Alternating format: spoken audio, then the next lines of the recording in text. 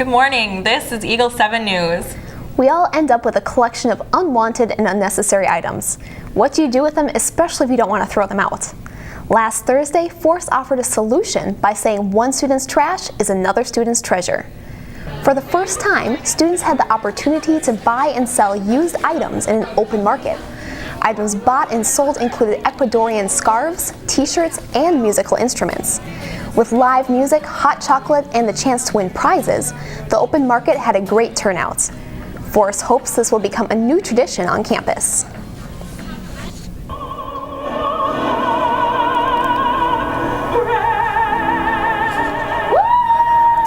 Football and party fans swarmed the campus plasmas and end lounges last Sunday to witness the Seahawks dominate the Broncos 43-8. Some students hosted parties with football-inspired food and games. Even though the game lacked intensity, party host Morgan Davis said that it was a fun way to bring friends together. This year, her favorite part was the cheerleaders. Not everyone on campus spent their Sunday evening watching football. Many flooded to the Totino Fine Arts Center for a comedy show. Michael Jr., one of the most well-known clean Christian comedians, entertained his audience for 2 hours.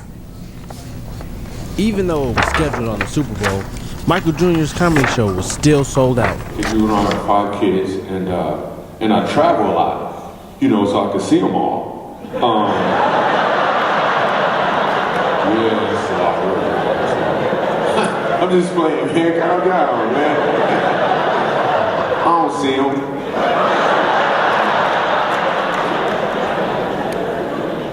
Michael Jr. performed a hilarious 2-hour set. We talked to some people to see what they thought of his performance. It was better than what I expected. Very hilarious. Super funny. It was absolutely wonderful. I thought Michael Jr. was hilarious. Altogether, the show was a major success and everyone had a great time. From Eagle 7 News, I'm Joe Sutton. The cold weather seems to be lingering around a lot longer than most of us would like. Our Hannah Hagley is here and she has investigated how students are managing to stay warm on these dangerously cold days. Hannah? Josette? There's not too much that can be done outside during sub-zero temperatures, but that isn't keeping students from having fun and enjoying the winter. What are you doing this winter to have some fun and stay warm? I'm wearing a jacket and I'm doing stuff inside like playing Call of Duty. Girl, I'm talking scarves, okay? Scarf, okay? Some heavy-duty mittens, the heavy-duty coat, the hat, because it's seriously cold outside. It's just ridiculous. So, Nick, what have you been up to this winter to try and stay warm and have a little bit of fun? Well, actually, to be honest, I like being cold. So I spend a lot of my time outside. I've been playing hockey with my hallmates. Well, I've been staying inside where it is warm. I just keep moving, play some broom ball, hockey, maybe go skiing with Matt Manthe. Are you doing anything to stay warm, have a little fun? I'd say so. I like traveling to Erickson, working out, getting buff. Well, I have been working on growing back my beard. It's been a slow process thus far, but it is something that I feel necessary to staying warm and having fun every winter. I try to weightlift at least twice a day. Gotta keep the guns going. Other popular indoor activities include Netflix and Flappy Bird. Planning for life after college can be intimidating. For media students, it can be especially competitive. We've heard it time and time again. Networking can make or break your chances of landing that dream job. The communications department has been working hard to bridge the gap between professionals and students. As of early January, UNW has a student chapter of the Society of Professional Journalists. This professional society is geared towards protecting and improving journalism. Ranging from students to working professionals, there are thousands of members across the country. There's a lot of benefits of SPJ. It's an opportunity to meet professionals. It's an opportunity to have access to resources beyond just what we have here at the school.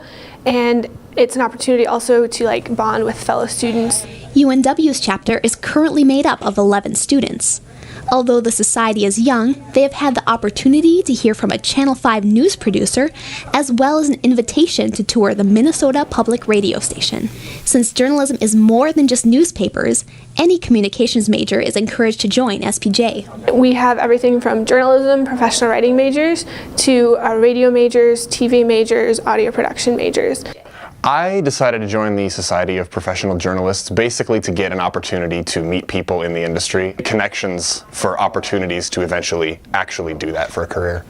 Interested communication students should be watching their emails for SPJ announcements. All majors are welcome to drop in on the meetings to learn more about this professional society. Meetings are expected to be held once a month. Questions, contact Annie Kelby or Katie Morford. Next, we have Karina with weather. What's the weekend looking like?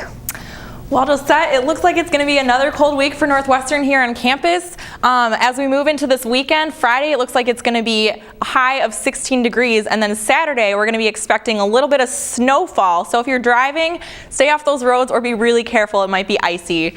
Monday is going to be a high of 9, and then moving into Tuesday and Wednesday, it's going to be a high of 19. And on Thursday, a high of 26. So that might be good weather for if you want to break out the sled or the ice skates and just have a little winter adventure. So another cold week, but back to you, Josette. Looks like we actually might be able to get outside for once. Well, Northwestern's alumni Daniel McLaughlin and Nathan Cousins have been serving up laughs down in the Patsy Miller Theater. Under the direction of Doc Rainbow, Cousins and McLaughlin are performing the comedic off-Broadway smash hit, Greater Tuna. This is UNW's second alumni show. This two-man act introduces 20 of Tuna's most colorful citizens. Peek into the quirks, prejudices, morality of a small-town America, and tune into a local radio station's OKKK's broadcast to the Greater Tuna area. If you haven't already, get your tickets. There'll be shows tonight and tomorrow at 7 p.m. Yeah, you know, I actually saw that show last night. It was really good. So Really? I might have to try to get tickets if possible. Yeah. If I can't, then I'll sit in my room and not play Flappy Bird. Never played Flappy Birds, but I won't. I'm staying away. Well, that's all the news we have for you this week. Be sure to check us out on Twitter and YouTube. Let's begin Worship Chapel.